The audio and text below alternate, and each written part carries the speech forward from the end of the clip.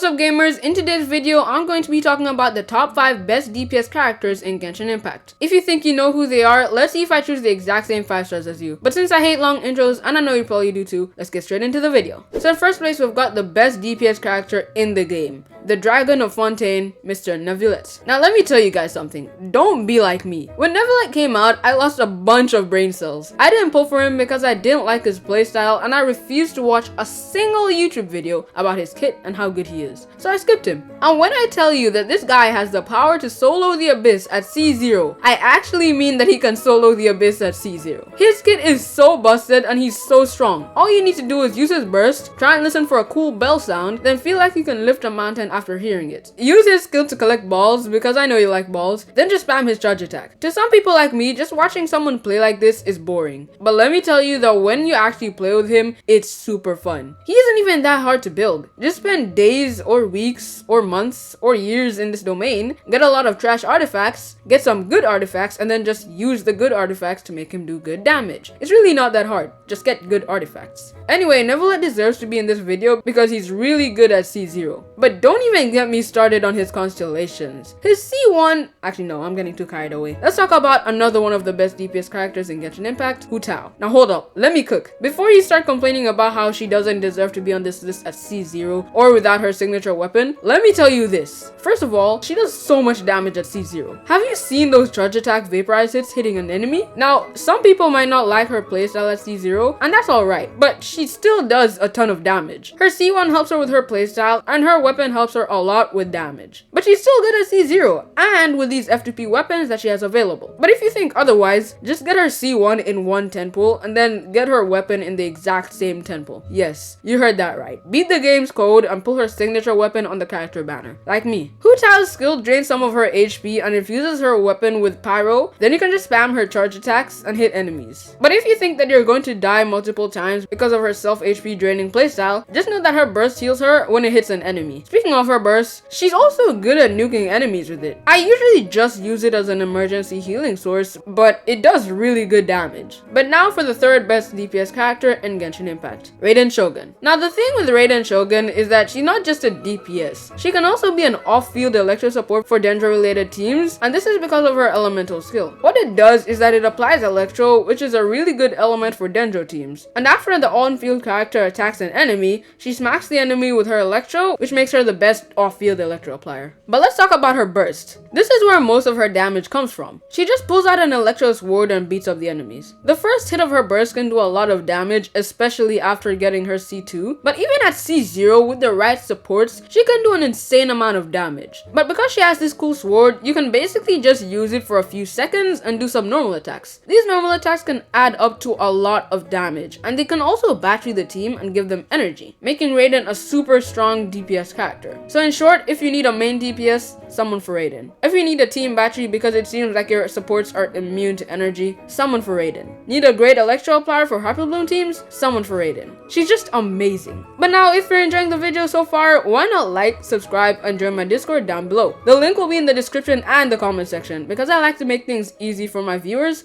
and I would really appreciate it if you could help me reach 1,000 subscribers by the end of the year, especially since the subscribe button is just one click away. But let's continue with the video. So another one of the best DPS characters in Genshin Impact right now is ALHAITHAM. ALHAITHAM is a really strong Dendro DPS character. A lot of people like to compare him with Tighnari because who wouldn't? They're both Dendro DPS characters. It's just ALHAITHAM would probably make you spend thousands of dollars for him. And Tighnari, well, he'd probably get in the way of your summoning session. Nonetheless, ALHAITHAM definitely deserves to be on this list. He's mainly played as an off-field Dendro DPS character. He gets Dendro infused normal attacks, and pairing him up with a Hydro and Electro unit makes him do so much damage. His elemental skill helps him get mirrors so he can look at himself. I'm joking. These mirrors help him have Dendro infused normal attacks, but so does his burst and his charge attacks. But his skill does some damage as well. His burst is Kaching's burst but Dendro, and can give him mirrors but can also take them away from him. If you want to do a lot of damage, then go for ALHAITHAM. He's super good at C0, and I definitely think he's one of the best DPS characters in the game. But if you're wondering if you should pull for him if you have Tighnari, well, I would say yes. because he's fun to play, and if you like him, then I would 100% recommend pulling for him. But last but not least, list, I think that the other DPS character that deserves to be on this list is NAVIA. I'm going with NAVIA because she just nukes the enemies. She does so much damage, and this is all with her elemental skill. Her burst and her normal attacks also do some damage, but it's mainly just the fact that even with low investment, NAVIA hits like a truck. Her elemental skill collects crystallized shards that turn into bullets that turn into more damage and just come out of her umbrella shotgun. Her burst does off-field geo damage that follows the active character and gets her some bullet stacks. And her normal attacks become geo-infused attacks after using her skill, which allows her to do some extra damage after using her skill. Some people might think that just because she's geo, she's going to be bad,